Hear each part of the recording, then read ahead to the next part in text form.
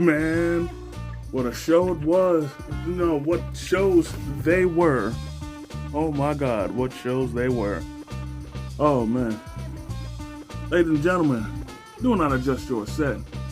It is Hitman Cause, and welcome to your official review for both Stand and Deliver and WrestleMania. And of course, I'm not alone in this endeavor. Please welcome, as always, the goals, the humble man Gary. Gary, welcome to the contracts. Yo, what's going, man? Cause fan. And shit, man. Two nights, two pay-per-views. You ready? Yes, sir. All right. Now, we're going to get things cracking with Stand and Deliver.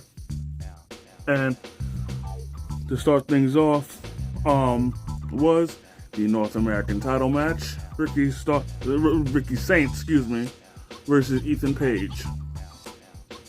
Right. This was a nice little opener. They didn't necessarily go crazy, and they didn't need to. You know, but nonetheless, there was some pretty good spots, like where Ethan ran the ropes. However, Saints followed him and then hit him with a wonderful looking tornado DDT. Yeah, that was that's crazy. Then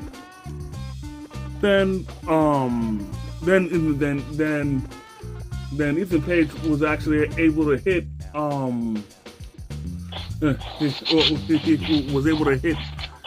Ego's Edge, but Ricky Saints kicked out.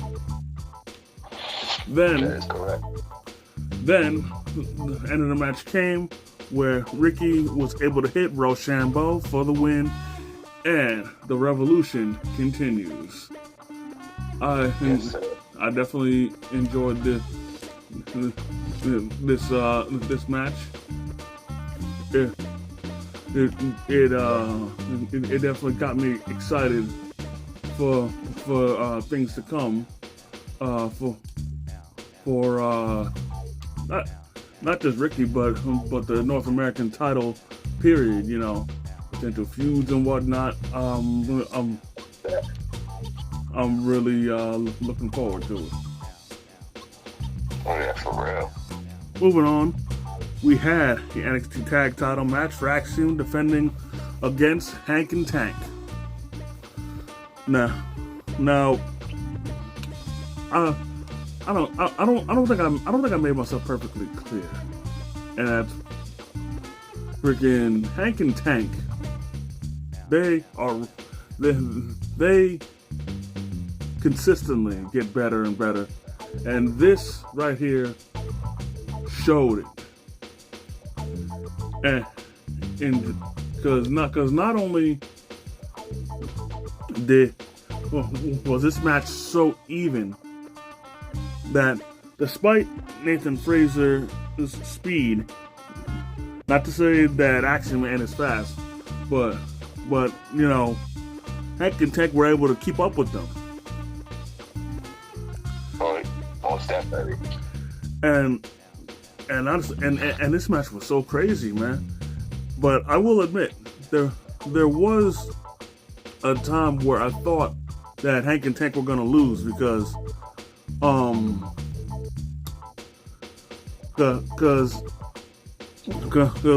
Tank held down the middle rope, to which then Hank attempted a suicide dive. However, he caught nothing but the announce table. But freaking, and then the next thing you know, Fraxium hits Tank with the Spanish Fly Super Phoenix Splash combo, but at the last second, freaking old boy Hank was able to get off the announce table and break up the pin. But then I still don't know how they did it. But Hank and Tank hit their double body splash, then hit a power slam spear combo, and I didn't think it was. You guys see it. I'm struggling to find the words, but Hank and Tank are your new NXT Tag Team Champions. I'm so happy for this team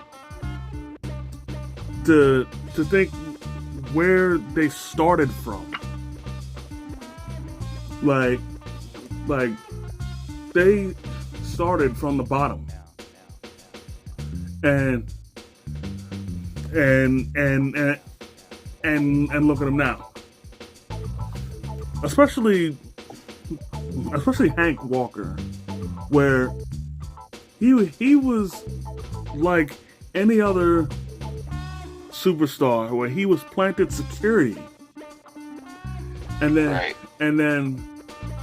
then they finally made him into a wrestler, and by himself he was all right, but then insert Tank Ledger, and he hits it, and they both hit their stride, and man,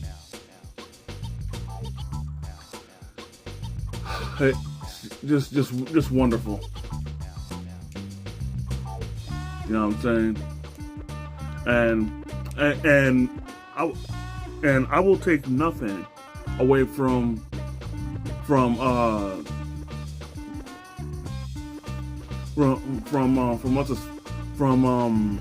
Fraxium. They were great champions as usual. They held their own in this match, and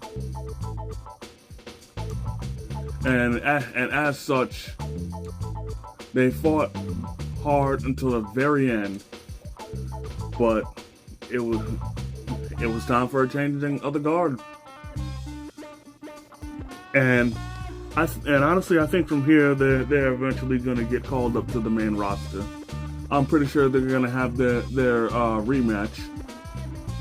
But even still, you know, I'm looking forward to see how both these teams progress in the future. You know.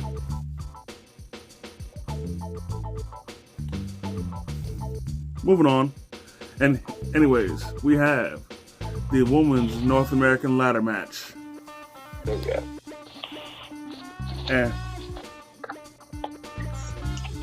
And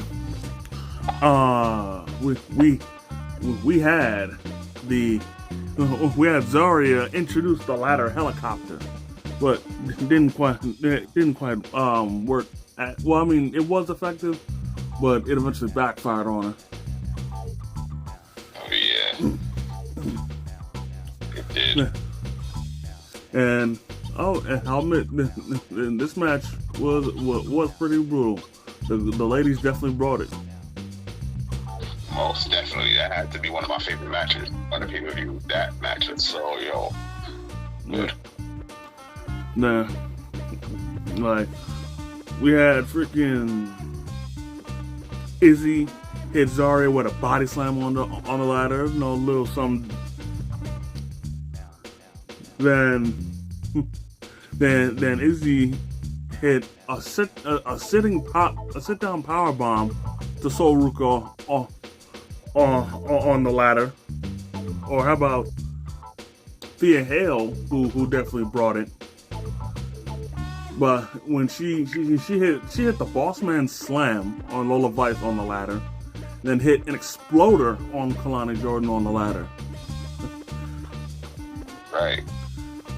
Then at one point it looked like Thea was gonna win, but then Zarya pushed the ladder, but um but Thea turned it into a positive because she wound up hitting a crossbody on the Izzy Dame and also the Cullen who pulled up to try and help out Izzy. Right. But then the craziest happened at the end of the match, where first Soruka hit the Soul Snatcher on Izzy Dame from almost the top of the ladder. Then she hit a double Soul Snatcher on Thea Hale and Lola Vice, and needless to say, Soruka won and is your new Women's North American Champion. Right. Now, yo, that was a good ass match. Now, I will admit I really didn't want her to win, so I was disappointed in her winning, but I'm not that disappointed because I know she is gonna have some great matches and she is gonna do great things with that title, so I'm definitely looking forward to it. Oh yeah, most definitely. Most definitely, for real. Moving on, we have the D'Angelo family versus Dark State. Oh my god. Now, a couple things that I couldn't help but notice in this match was the ever so obvious tension between Tony D'Angelo and Stax. Like when Luca Crucifino tagged in Stax instead of Tony. Oh yeah. And he was feeling some type of way. Right, exactly. But they sort of eventually got over it. But the tension was still there. Because towards the end of the match, Stax pulled out a couple of crowbars. But correct. But Tony told him we're not doing it like that. We're not winning like that. Exactly. Then Cutler, who was the member of Dark State that wasn't a part of the match, attacked Luca while the ref wasn't looking. But then Adriana Rizzo then attacked Cutler, hitting him with a crossbody. And at this point, it looked like everything was going the D'Angelo family's way. That is until we all saw this coming, where Stax low blows Tony D'Angelo, costing them the match, and the crowd was pissed. They started chanting "Fuck you, Stax." So, yes. Then after he walked out, Dark State hit D'Angelo with their aided powerbomb to win the match. And like that, the D'Angelo family has one less member, and Dark State has further solidified their dominance.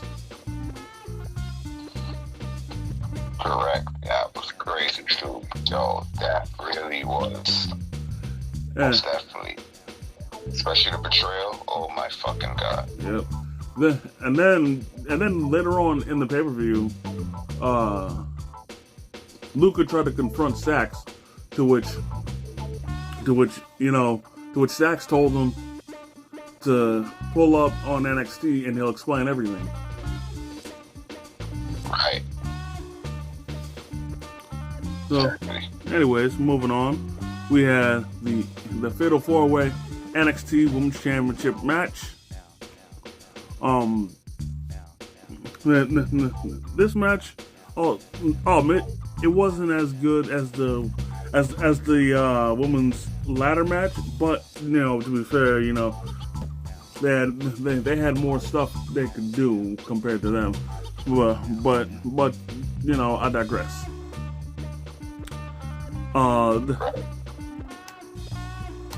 was partial. I was definitely partial to seeing Jada Parker hit a double blockbuster.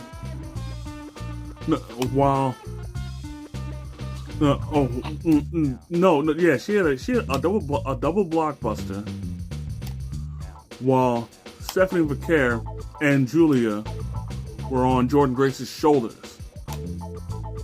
Yes. That was pretty dope.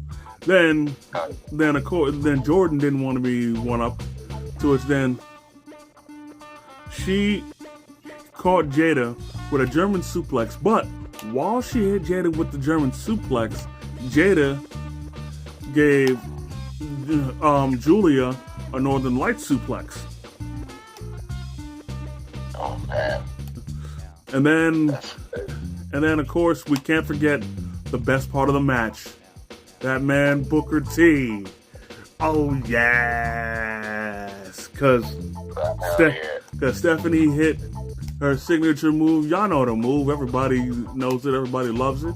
And she hit it to every single opponent. She hit it to Jada, to Jordan, and Julia, and Booker was loving it just as much as we were. It was absolutely wonderful. Oh yes. Oh yeah, most definitely. Then to end the match, Jordan hits her finisher Beast Mode to Julia, but then Jada hits Jordan with Hypnotic. Then she hits Julia with Hypnotic. But while she's pinning Julia, Stephanie hits a moonsault or a spiral tap. It was a bad camera angle. But anyway, she wound up breaking up the pin. Then she hit the SVB to Jada Parker, and Stephanie Vaquer is still your NXT Women's Champion. Yeah, correct. Yeah, that was another good match. Yeah. Now I will admit, even though I wanted Miss Parker to win, I'm not disappointed with the outcome. Neither have I. And hopefully, you know, she'll get another shot down the road. Yeah, I'm hoping so. Honestly, I am. Anyways, moving on, we have the NXT Championship match. Most definitely. Now, let me tell y'all something. If there was ever any doubt on whether or not Javon Evans could hang with the big boys, he quickly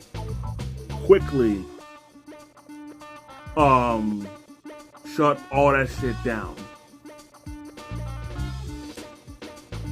Oh yeah. Because in this match, he showed up and he showed out. He stood and delivered. Yes, sir, he did. Yeah.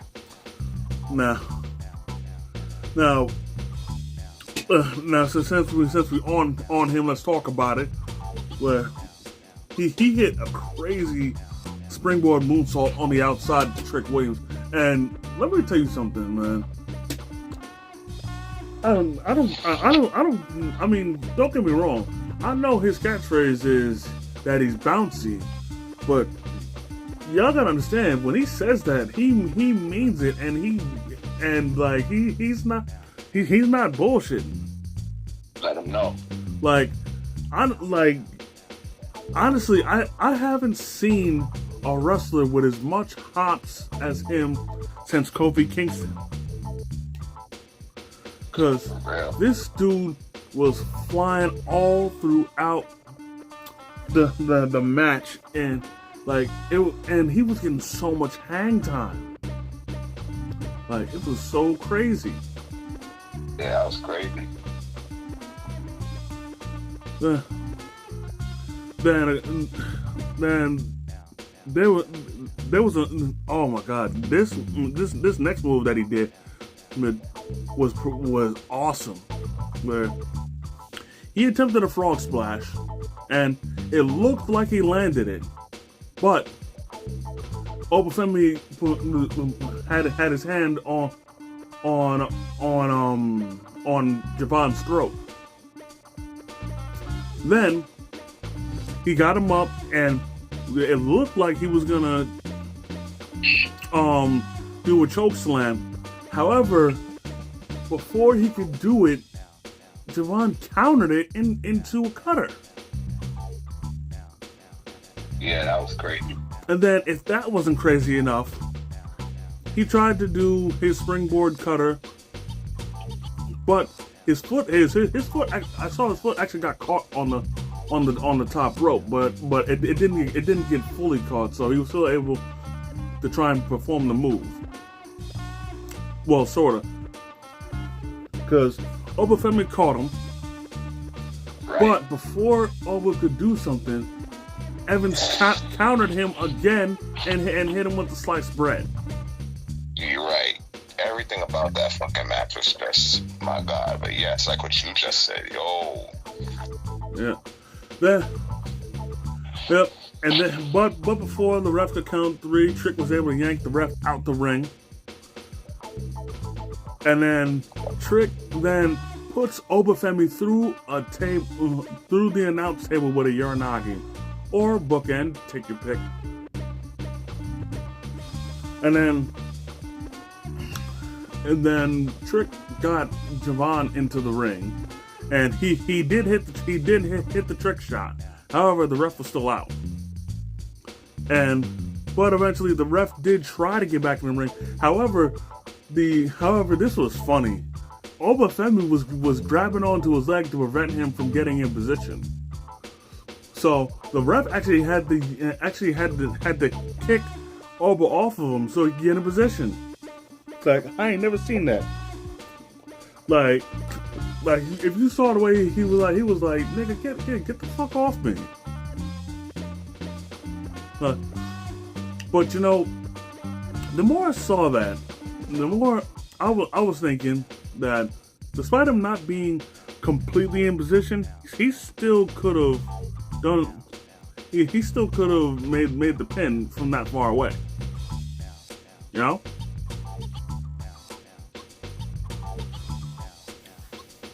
But in any case, yeah.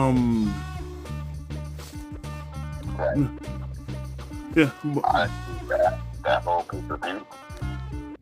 Yeah. That was really good. As we know, NXT delivers. Yeah. Then the match ends where Javon once again, while Trick and Oba are trading punches at each other, catches them both with a double cutter. But then Yes. Trick then hits the trick shot onto Javon. Then Obafemi hits Trick with the fall from grace, and then which causes Trick to roll out the ring. Then he hits Javon with the fall from grace, and like that, Obafemi is still the NXT champion. Man, and like you said, the whole pay-per-view, start to finish, was absolutely great.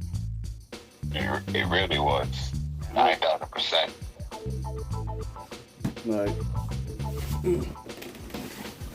Like really, it was really hard to find anything bad about it. Even with outcomes that didn't go the way I wanted, I still enjoy it. Me too. Now, that concludes the NXT part of the show. Now, it's time for the Showcase of the Immortals WrestleMania.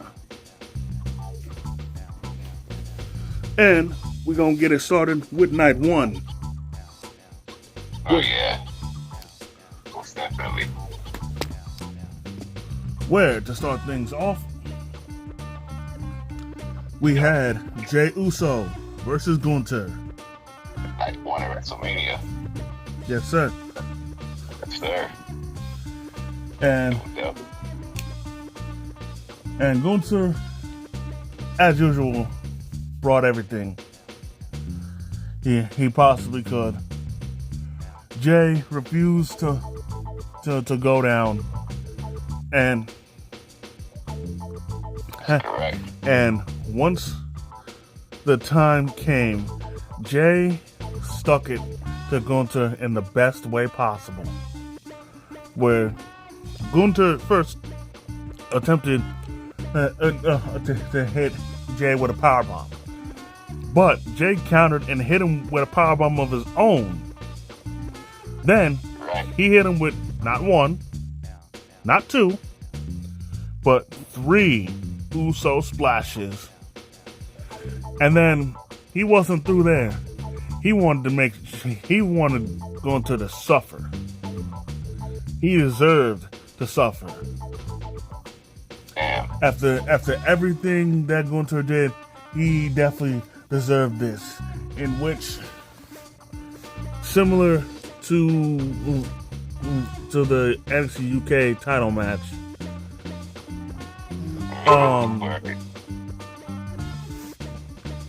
Jay locked in the sleeper hold and forced Gunther to tap. And let's get a big yeet, as Jay is now the world heavyweight champion. He has finally toppled Gunther and has won it all. This was a long time coming. Well deserved, you know what I'm saying? I don't care what anybody says, this was well deserved, you know what I'm saying? You know, they say, you know, the grind is hard. Right. And the struggle is hard, but, you know, in the end, it's all worth it. And Jay has the hard way to prove it. But he wasn't alone in the celebration, as Big Jim came down to celebrate with him. And I mean, what more could you ask for? You know what I'm saying? Moving on, we had the New Day versus the War Raiders for the World Tag Titles. Michael Cole pretty much jinxed the ending of the match because he talked about the New Day, well, both Kofi and Xavier's records at WrestleMania, in which prior to this, Kofi was 2-13 and Xavier was 0-6. Yes, we do. In which, first off, before the match, freaking the New Day was talking shit to George Kittle. Now, yes. Now I don't know whether he was whether he started it or whatever, but he wasn't backing down. Yeah, he wasn't. Then if we're talking about the match period, freaking, I tell you, this dude Ivar was throwing his weight around, and I mean that literally. Like, as big as this dude is, he was moving like a cruiserweight. And I know that it's constant, that period has constantly been said, but you know, it still bears repeating because this dude is so uber athletic.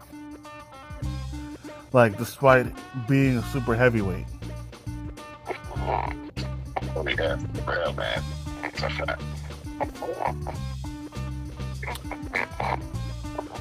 Anyway, the match came to an end where the War Raiders attempted their springboard clothesline and German suplex combo. I forgot what they called the move. But anyways, Xavier distracted the ref, and then Kofi was able to break up the move, dropping Ivar on his neck.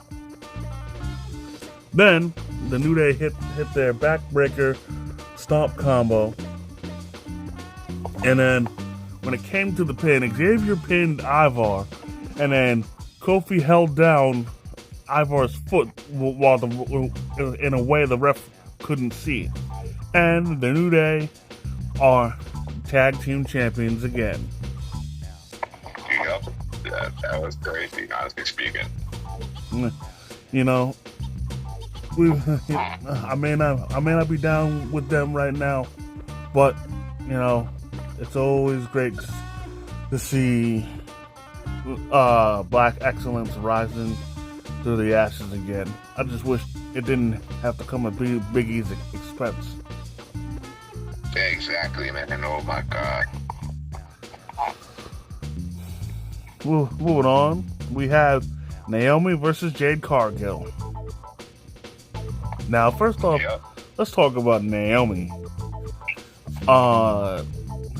She finally had a new theme, a new stage. And let me tell you that thing was dope. Like, oh yeah, that was an entrance too. Yeah. But this match, honestly, it felt a little rushed to me. Like they were trying to get a lot of stuff in like a short amount of time. I definitely see what you mean. And even though I enjoyed the match, I still feel that they were trying to, you know, move the match along. Well, you know, while they were trying to get their spots in. Right. And there were some pretty good spots. Like Naomi attempted to hit a blockbuster, but Jade caught her and then turned it into a jackhammer. Right. Then Naomi actually connected with a top rope wheelbarrow bulldog, and I know she hurt herself on that.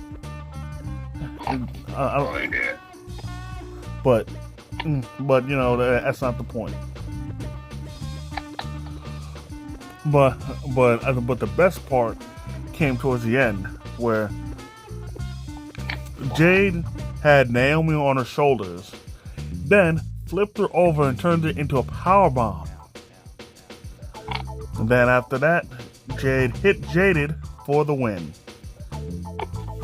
Yeah, crazy. Now, I really wonder where they're gonna go from here, but as far as Naomi goes, because with Jade winning this, you know,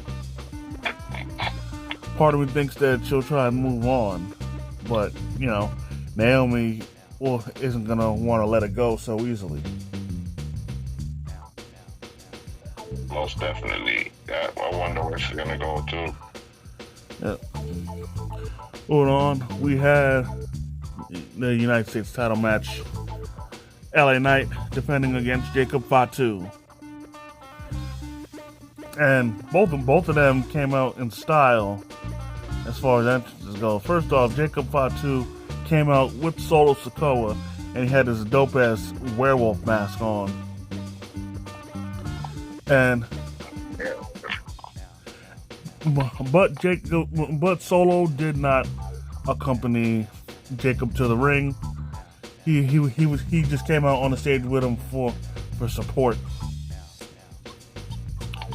But then LA Knight one-upped him, pulling up to the scene in a friggin' Maserati.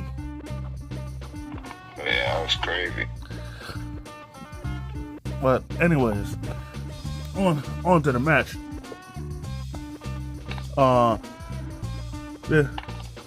There was a time where Jacob tried his double jump moonsault.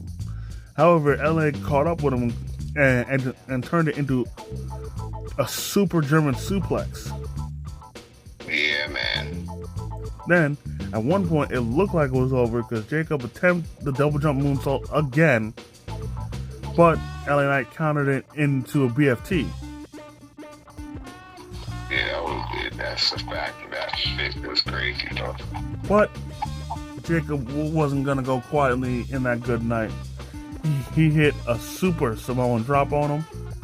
And then he hit not one, but two double jump moonsaults. And Jacob Fatu is the new United States champion. Hell yeah, that was very good.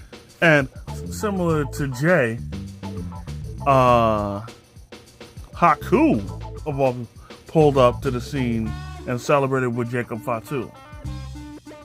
Hell yeah.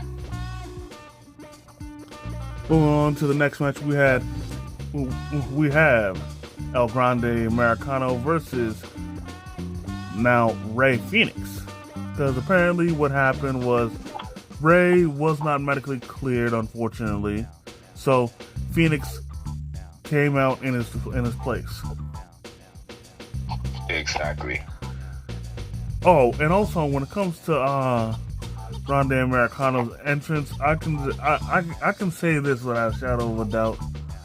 Hey, all y'all snowflakes that were bitching about the whole Gulf of Mexico, Gulf of America thing, all of y'all can get fucked because he got announced from the Gulf of America. So all of y'all go on and cry in the corner like a bunch of bitches. Yeah, exactly. But you know, in any case, Grande Americano definitely showed why he's such a hero in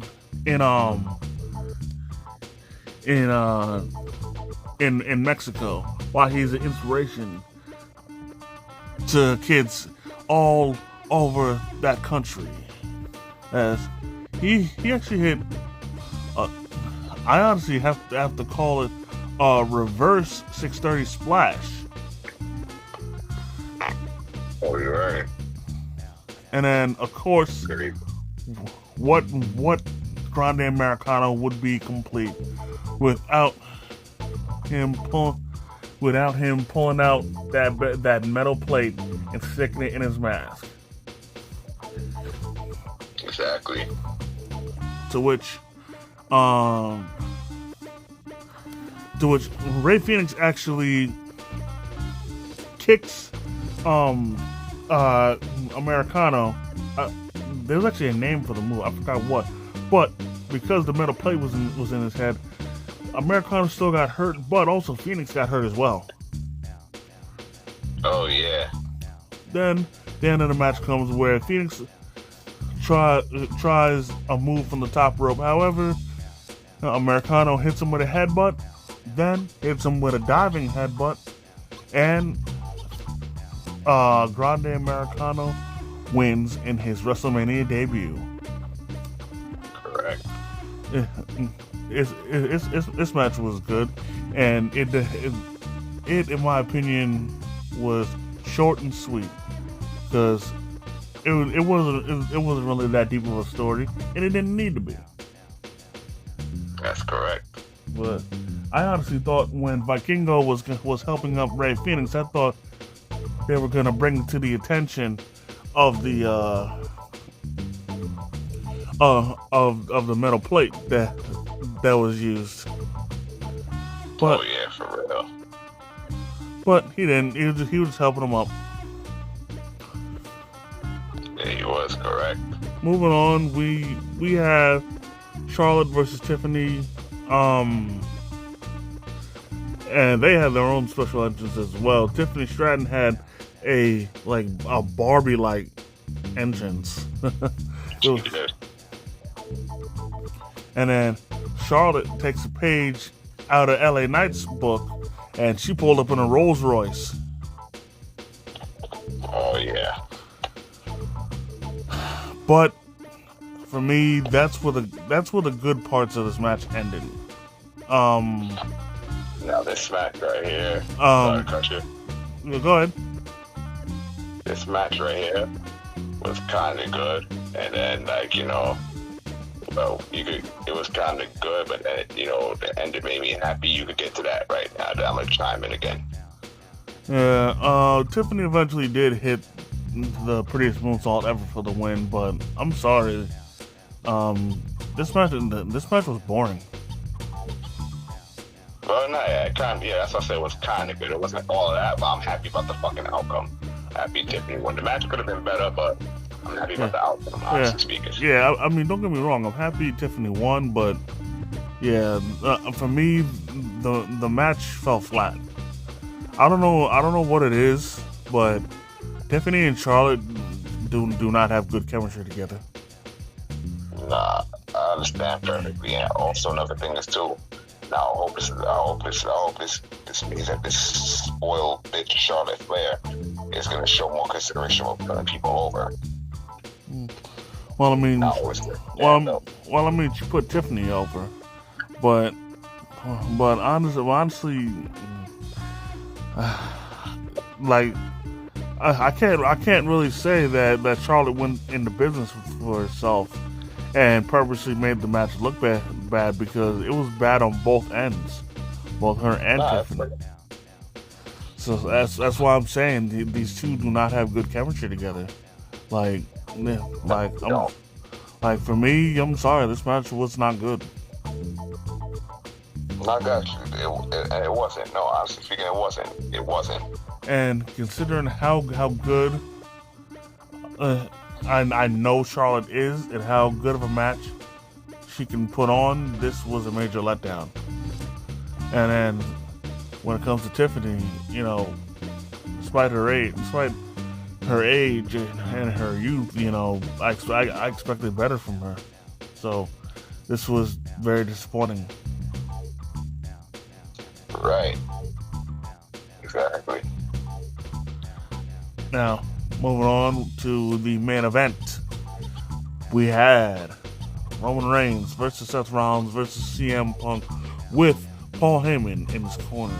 Now, first off, I don't know if I've said this about Seth Rollins, but I like how the graphics to his stage will change color depending on what he's wearing. Right. Like in this case, for his entrance, it was white and he was wearing white. In another case, he wore blue, the stage was blue.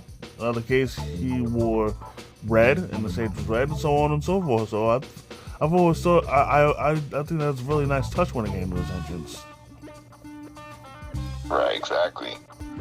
But then Seth pulled out a flamethrower and set the city on fire. Oh, yep, that's correct. That shit reminded me of Kane's entrance at WrestleMania 20. Oh yeah. Where the city was on fire for his Yes. Then for Roman's entrance, I thought it was real dope, where they had those panels lowered, and on the panels had had a bunch of members from the Anoa'i family popping up on the panels. I thought that was real dope. Hell yeah. Me too. But the best entrance came to CM Punk, where first off, he had a video package in which his old theme, "This Fire Burns," was playing. Hell yeah. And then if that wasn't good enough, Living Color played Cult of Personality live, like they did for him before, and they still have not lost a step. Nope, not at all. And I like how Punk took a selfie with the lead singer. Yeah. And that was good. And then as usual, and I was really hoping for this, when CM Punk was about to do its clobbering time, Paul Heyman held out his wrist so that he could really check the time. Well, yes, sir. Now the match itself was crazy because because they went all over when it came when it came to this match, and I mean it, and I do mean that literally. While Punk and Seth were in the what's his face, were fighting in the crowd, Roman actually leaped over the barricade to take them both out. Yes. Then this was pretty dope, where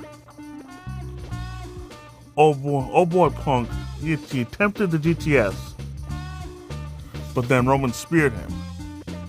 But then Roman tried to spear Seth. However, Seth caught him with the pedigree. Yes. This match is so good. Then this next part, I thought it was over here, where Punk hit the GTS onto Seth, but he wound up ricocheting off the ropes. Exactly. And to which then Roman then speared Seth. Right. No. I got that mixed up. Where Punk he attempted the GTS, but Seth fought out of it. But once he got out of it, that's when he got speared. Exactly. And then, but then immediately after the spear, it left Roman wide open. To which Punk hit the GTS, but Roman kicked out. Right. Then an even interesting moment came where Seth was begging and pleading with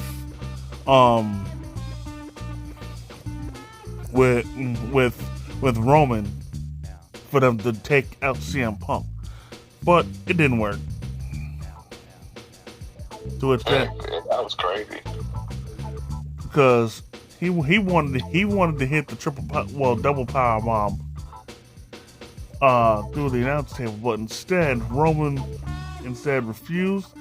Then he put both of them through both the regular and Spanish announce table. Right, exactly. Then this was oh my god. I think I know what you're about to get to. Yeah. But first, Roman locked Seth in the guillotine. But while the guillotine was locked in, Punk stole from Seth and hit the curb stomp onto Roman. To which then he hit Seth with the GTS, but kicked out. Then he hit another GTS on him. But then after he hit the GTS, Roman speared him. But then Seth shook off the GTS and then curb stomped Roman. Yes. But here's oh my god, here's where wow, oh my god, this is so crazy. Where Paul Heyman went and grabbed the chair. To which Roman was telling him to give it to him. Punk was telling him to give it to him. Next thing you know, he shakes his head at Roman, gives the chair to Punk. But before Punk could even do anything, Paul low blows him. Yes. So then he's praying and preaching to Roman, buttering him up, glazing him up. You know what I'm saying? Yup. But Heyman wasn't quite done then, because while Roman lit up Punk with that chair, he was then going to do the same to Seth. However, Heyman low blowed him too. Exactly. So then he gave the chair to Seth to once again put the chair in Roman's back. And then, right. it was so crazy. That Yep. match, it was very epic. That was the craziest part of the fucking match. Yep. And then Seth hit a curb stomp on Roman to win the match. I don't think I've stressed this enough, but Paul Heyman is an evil genius. I'm not saying that, you know, for my health. I'm not saying that just to say it. I'm not blowing smoke. Like, he is an evil genius. Because Yes, sir. while the rest of us are playing checkers, he's playing chess. He's always thinking ahead. He's always got something cooked up his sleeve. Right. And it just wow. Right, correct, man. Like, yo, honestly speaking, that whole match was great. That main event was great, epic. And also another thing, too, my prediction was right. I think every wrestling fan's prediction was right. Remember I said it, cause on the last one, saying that, Paul Heyman's going to side with Seth Rollins. Yeah, and I thought it wasn't gonna happen, yo. You know what I'm saying? I legit thought that he was gonna be like, I don't owe you shit. Most definitely. But here we are, and Right. wow, just wow. Yeah. But that's gonna do it for night one. On to night two, we start off with the triple threat women's world title match. Now, Yes. Now we got to give it to Bianca Belair once again, because she had an entrance for the culture once again. First off, she had her stepdaughter there doing her thing, and then if that wasn't cool enough, there was girls there playing double dutch. Right. Like, Bianca's really for the people, man. Like, this is really great. Right. It is. But Really. But in any case, on to the match. I thought it was dope how Bianca, she technically did the Three Amigos.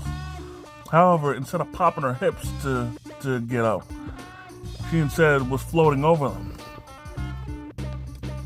Right. Then Most definitely. and then of course, what multi-person match would be complete without at least one Tower of Doom spot? That's right. But in any case, towards the end, Rhea attempted a riptide from the top rope. However, Io countered. Then Io attempted to hit the over the moonsault. However, again, he was also taken. And then, Right. yeah, but yeah, towards That was crazy. yeah, she tried to super riptide. Then Io countered, and then tried to hit over the moonsault. However, Rhea got her feet up. Then here's what the craziness happened at the end. Bianca hit the KOD on the Io. Then she wanted to do the same to Rhea, but Rhea was still fighting. That is until beware the hair. Bianca whipped him with her braid. Oh yeah, man, for real. That was crazy. Well, and then as Bianca was pinning Rhea, Io hit the over the moonsault, and Io is still the women's world champion. That's crazy. That was crazy. Yeah. Moving on to what honestly I think was the most brutal match of the night. We have Damian Priest versus Drew McIntyre in a Sin City street fight. Most def. Now, entrance was, they both brought it. First off, Drew was wearing some inspired attire from Doom that was sponsoring the match. Exactly. I can't front. When I saw that red dot on Drew's gear,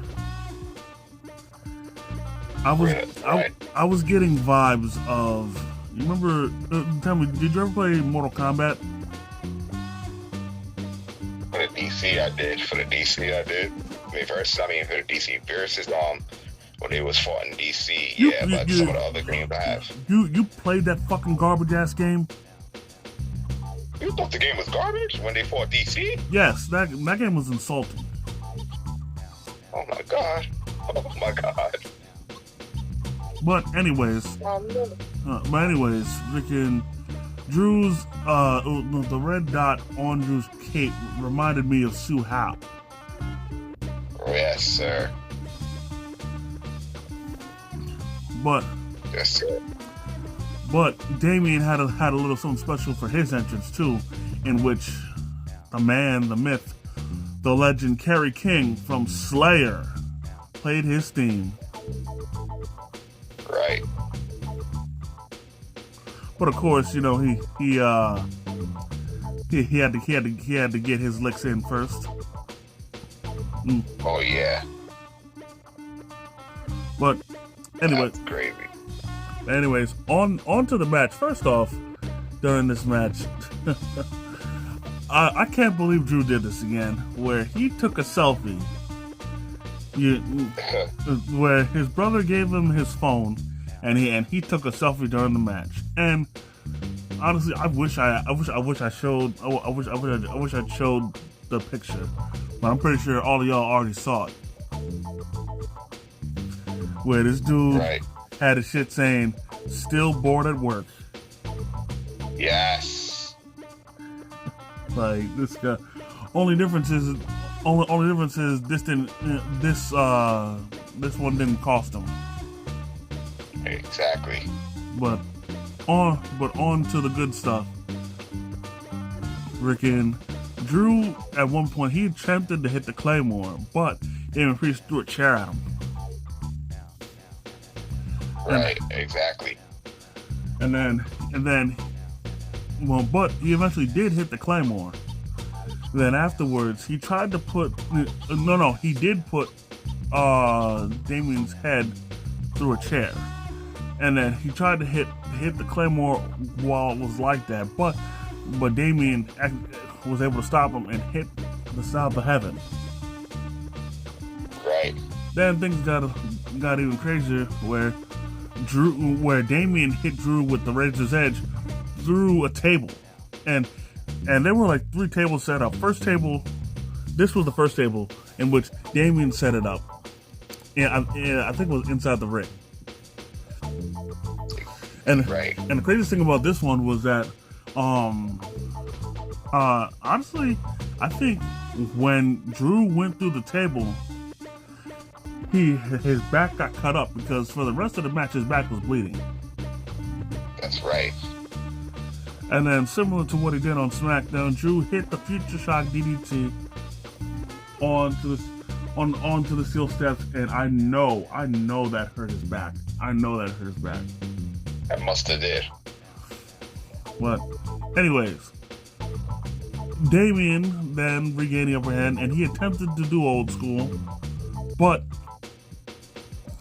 here's where the other tables came into play, where Drew set up 2 tables on the outside, and then Damien tried to go old school, but then he pushed Damien, and he went straight through both tables. And at this point, and at this point, it was over for Damien, because then, in an ironic twist, Damien had set up a chair in between the turnbuckles, but unfortunately, it was his head that was going to be used for the chair. In which during it, Drew hit the Claymore, and Drew McIntyre has won. That is correct. And yo, I thought that shit was fucking hilarious when he yanked which he yanked the ref over. And then he made him raise his hand in that super dramatic way. When he crouches down and then rises up. Absolutely hilarious. And that's crazy. Crazy all the way. That's for real. Yeah. And you know, I'm glad that Drew won them. Me too. Because this way, at least in my opinion, the feud is going to continue. Oh, hell yeah, I think it will too. But also, at least because of what Damian said in his promo, saying that Drew wasn't made for this, or he wasn't built for this, or he wasn't ready, Drew proved that he was ready. And he was built for this. He did prove that. Moving on, we have the Intercontinental title Fatal 4-Way match. Yes. Now, I couldn't help but notice for this whole match, Dominic was getting cheered. Exactly, he was. Now, keep in mind, Dominic had done nothing to, you know, turn face or whatever, but he was getting cheered. And not only was he getting cheered, they did that song singing thing that they did for Cody Rhodes and Roman Reigns. They did it for him, where they were singing Dirty Dom. Yeah, they did. They sure did. Now, we do have to bring the elephant in the room, and that was Carlito was interfering, but unfortunately, the interference for him didn't last long because Braun once again gave Carlito some PTSD and speared him through the announce table. Yeah, exactly. That was insane. At this point, I think Carlito is going to be terrified of the spear, or even just the mere presence of Braun Breaker. For real. I mean, yeah, just the mere presence of Braun Breaker is going to make him shit himself. And there was a little bit of interesting thing beforehand, which Dominic attempted to hit Finn with the 619, but Finn caught his legs and proceeded to stomp the yard on him. But then the match came to an end, where first Braun speared Penta, then Dominic hit the 619 on Braun. But before he could go for the kill, Finn hits the coup de grace on the Braun Breaker, and then he goes for the pin. However, Dominic then swoops in, hits the frog splash, and Dominic Mysterio is Intercontinental Champion. You know, considering how far he's come, how long he's fought, how hard he's fought, despite all things considered, you know, he has remained true to himself. He stayed the course, especially following his heel turn, and it has done wonders. And keep in mind, Dominic has not changed anything about his character, but yet he got cheered all throughout that match. And when it came to the ref counted 3, the crowd went wild. You know what I'm saying?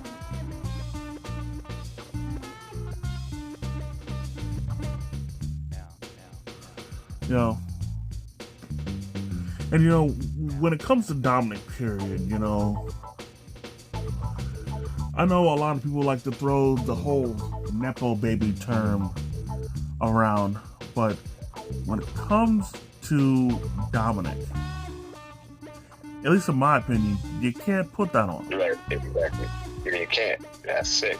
Cause here's the thing. Don't get me wrong. He is a second generation superstar, like other nepo babies similar to him, like Cody Rhodes or Charlotte Flair. But the thing is, he has shown time and again that despite him betraying himself as in on camera, he constantly shows how much this business means to him, how much work, effort, energy that he's willing to go through just to do what he wants to do. And unlike other second generation stars, he's shown that he has this in his veins. He eats, breathes, and sleeps wrestling, and Hey, that was too crazy for real, honestly speaking, because that match, and that was like crazy too. Like, yo, man, oh my god. And I just have so much respect for Dominic, and I'm so happy that this happened, because as I said on the predictions, like it's his time, like it says in his theme, it's his time, and I still felt it's his time to shine, and he more than deserves this. And I know I really shouldn't bring this up, but I think this is another part that's a testament to how, it's really not fair calling him a nepo baby. Where when it comes to Eddie Guerrero, how Chavo Guerrero reacts to Dominic compared to how he acts to Rey Mysterio, it's pretty glaring. But exactly, good way to put it. But at the same time, it's very understandable. Where when it comes to Rey, he really doesn't. To put it nicely, he doesn't have the best opinion when it comes to Rey doing anything to honor Eddie Guerrero. And again, it's understandable, because you guys gotta understand that, Rey and Chavo are in the same generation of wrestlers. So when Eddie died, you would think that they would have a family member, i.e. nephew Chavo, to carry on Eddie's legacy. But instead, they had his best friend Rey do it. And as someone who's as skilled as Chavo Guerrero is, and he's very, very skilled, despite how poorly he's been booked. What's crazy, exactly. You really can't blame him for feeling some type of way that someone, his own family, wasn't given the green light to carry on Eddie's legacy. Exactly. But the thing is, the difference is when it comes to Dominic, he will constantly praise Dominic. I've never heard him say a single negative thing about Dominic when it comes to mimicking Eddie.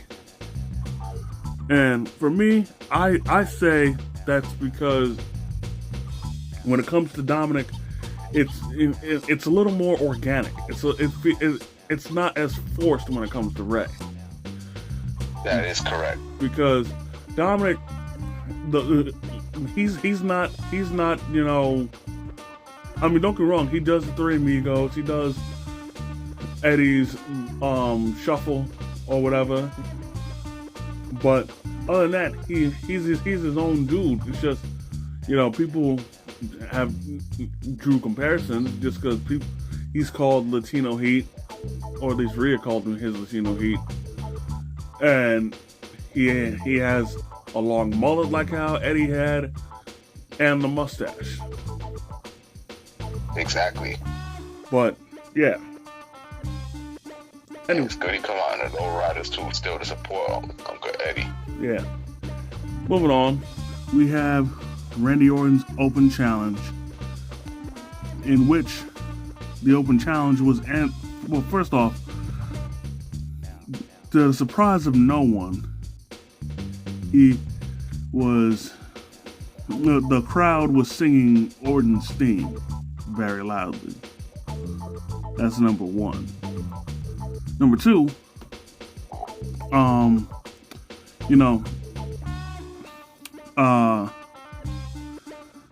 who was the person to answer the call?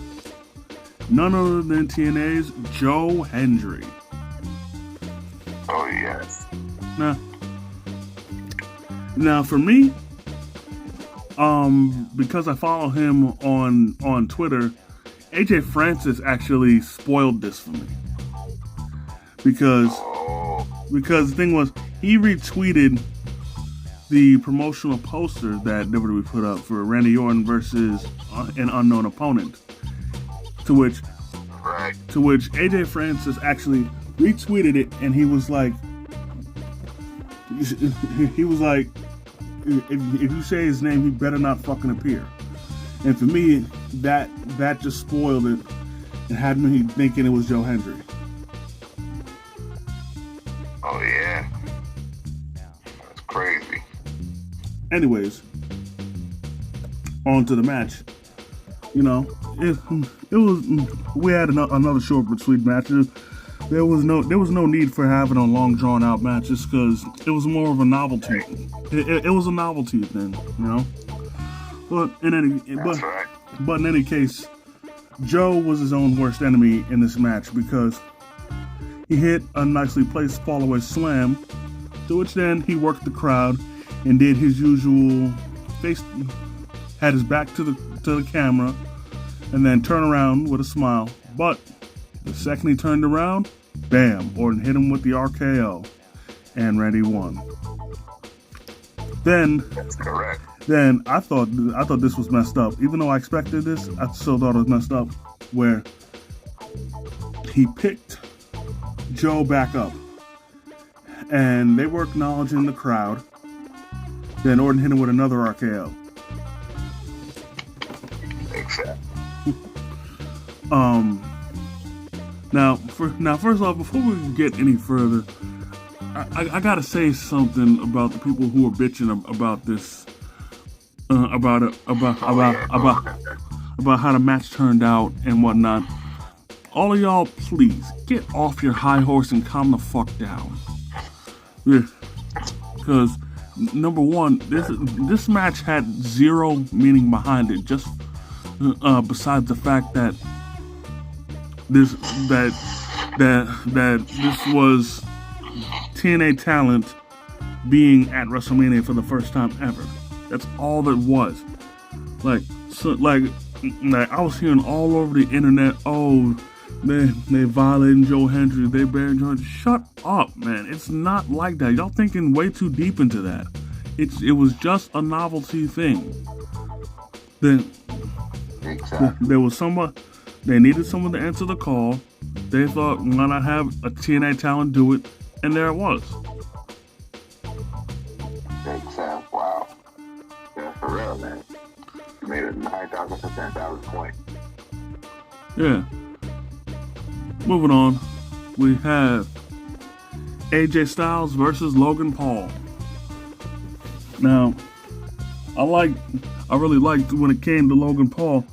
He was using a drone that had he had a drone for his entrance that was following him and then going through all throughout the crowd.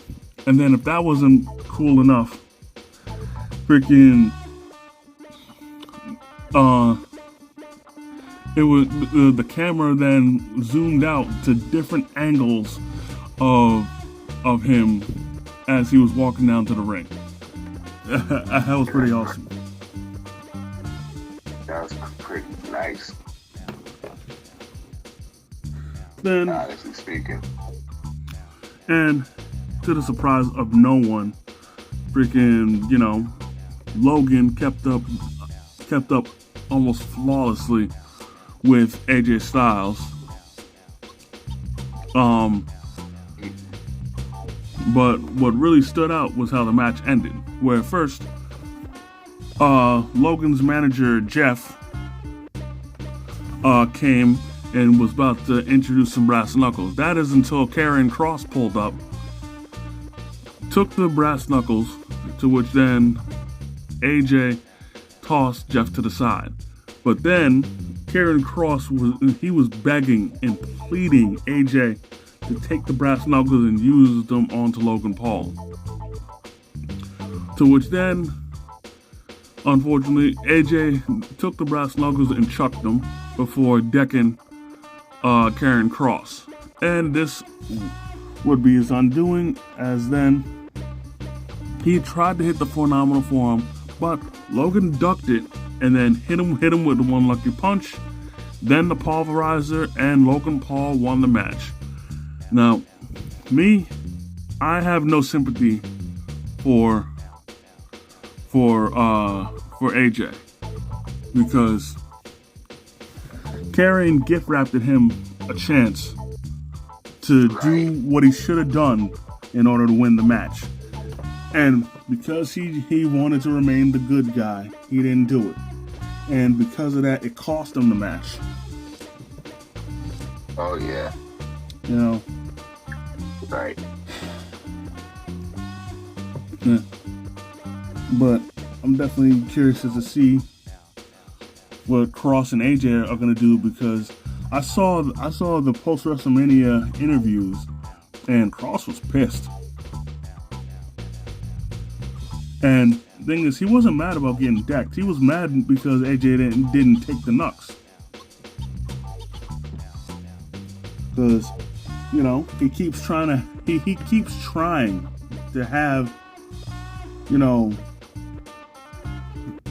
AJ, become a bad guy, but AJ's still resisting. Exactly. Yep.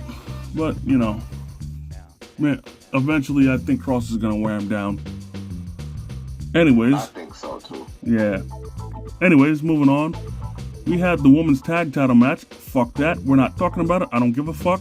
The title switched hands, and a very predictable return happened in Becky Lynch. They couldn't have made it any more obvious.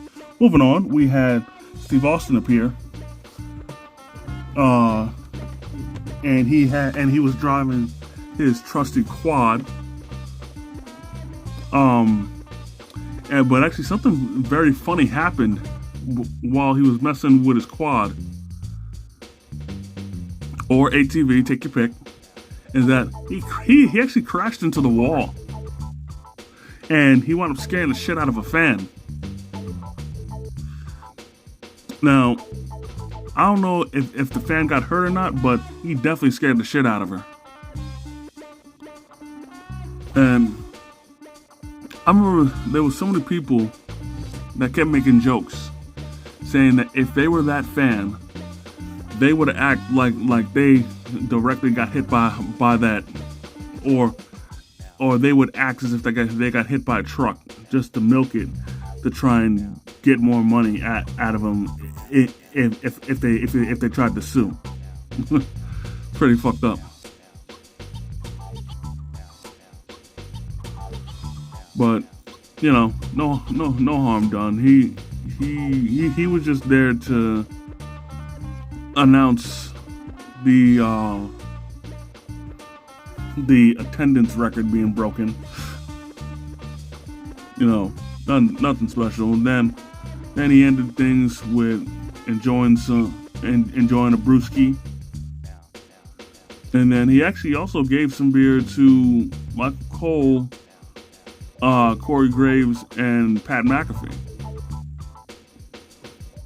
So there was that.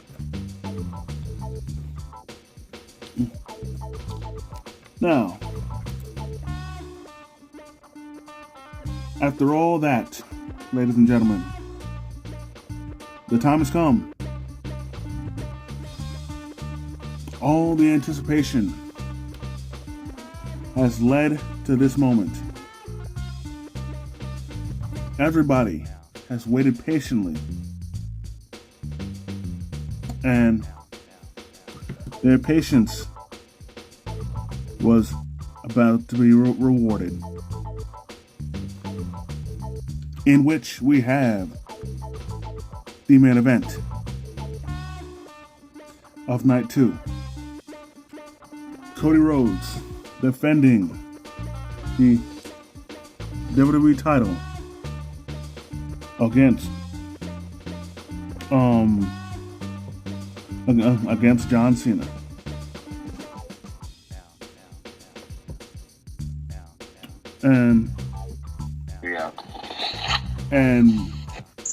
And I can't front, Joe. John Cena really shocked me with his entrance. Yes, like, man, he really did too, man. He shocked me as well, brother. Like, instead of all the graphics and whatnot that he normally has for his entrance, the entrance, he had an all black Batista spotlight style. Yes. But the only difference was that it actually had his name on it. But still. Right. All black sage with just his name. That's right. Then for Cody Rhodes' entrance, I thought this was dope, where there was a bunch of dirt bikers doing some basic jumps. I thought that was pretty cool. Oh yeah, that was good, man. His entrance, both of them had great entrances. Yeah. Anyways, on to the match itself. I'd say the match pace itself, I feel, was slow, but not in a bad way. Because I'll be honest, despite how slow the match was being for the time, for the most part, my nerves were killing me. Like seriously, my nerves were killing me. Oh man. Like, cause I was thinking, no matter how long the match went, like, if the match was gonna end right there, who was gonna come out. Like, I was just so nervous. Damn. But anyway, but anyways, we're gonna get down to it. In which, as expected, there was a ref bump. Yes. But then after the ref bump, Cody Rhodes hit the crossroads. However, because the ref was out, there was no one there to count the pin. Right. Then, while Cody tried to, wake the ref up and everything, Cena, in the meantime, removed the turnbuckle pad. To which then, Cena then threw Cody into the turnbuckle, then hit him into the turnbuckle twice. Then hit the Attitude Adjustment. However, Cody kicked out again. And keep in mind, this was Cena's third Attitude Adjustment, including one of them that was a super Attitude Adjustment. But Cody still kicked out. Exactly. Then that's crazy. Then the one and only interference happened, in which Travis Scott came out. Oh yeah. To which then Travis Scott, with the hardcore title in hand, he attempted to hit Cody Rhodes, but Cody ducked it. And then Cody then hit Cena with crossroads again. This time the ref was up, but Travis Scott pulled the ref out the ring. Then Cody, in my opinion, got his receipt back, in which he then hit crossroads onto Travis Scott. Then Cena had his hands on the WWE title, and to which then he was gonna hit Cody with it, but Cody was able to block it. Then with Cody, then Cody had title in hand, and Cena for the first time in a long time was begging for mercy, and he was begging for Cody not to hit him with the title, and like an absolute fucking idiot, like an absolute sucker, Cody listens and doesn't use it. And in that one hesitation, all it took was one hesitation, and Cena low blowed him, popped him upside the head with the WWE title, and John Cena is your new WWE champion and is now a 17-time world champion, to which he has now, quote unquote, surpassed Ric Flair's 16 world title reigns. Now, I don't mean to rain on anybody's parade, but you know as well as anybody else that he has not surpassed Ric Flair in the literal term, because Ric Flair has held more than 16 world titles. Like, honestly, it's more closer to 22 or higher if we're being real. Only thing is only 16 of those title reigns that's being recognized by WWE. But nonetheless, in WWE's terms, John has surpassed Ric Flair and is a 17-time world champion. I find it funny, despite how much Cena has been trying to be against the crowd. The crowd went wild upon Cena winning. Exactly.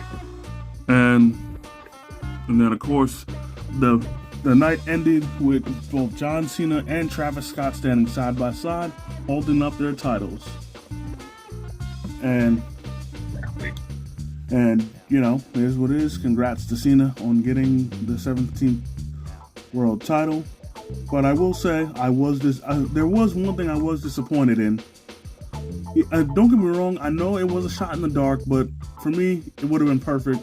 But, you know, I still wanted Cena to break out the spinner title, just to piss people off. Me too, man. But it's okay, because his post show interview was, for me, made up for it, because he showed up, you know, with his side plates already onto it, but he did something so funny in which he had Cody's side plates in his hands and then just tossed it and then just tossed it like it was nothing.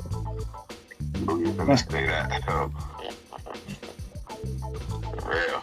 But that's what he did. That was crazy. Yeah.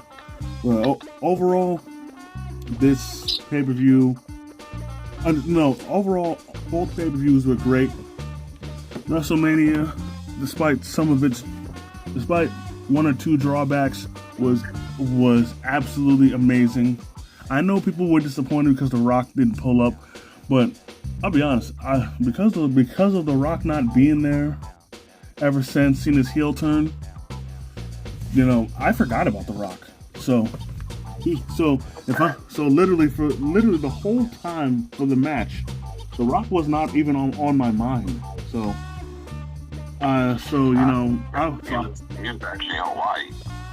Yeah, and you know, it's because and understandably, people weren't believing that he was in Hawaii, because you know how it is, where a wrestler will say they're in a certain place, but then next thing you know, they're gonna appear at the show, but you know, but he kept it a stack. He really was there.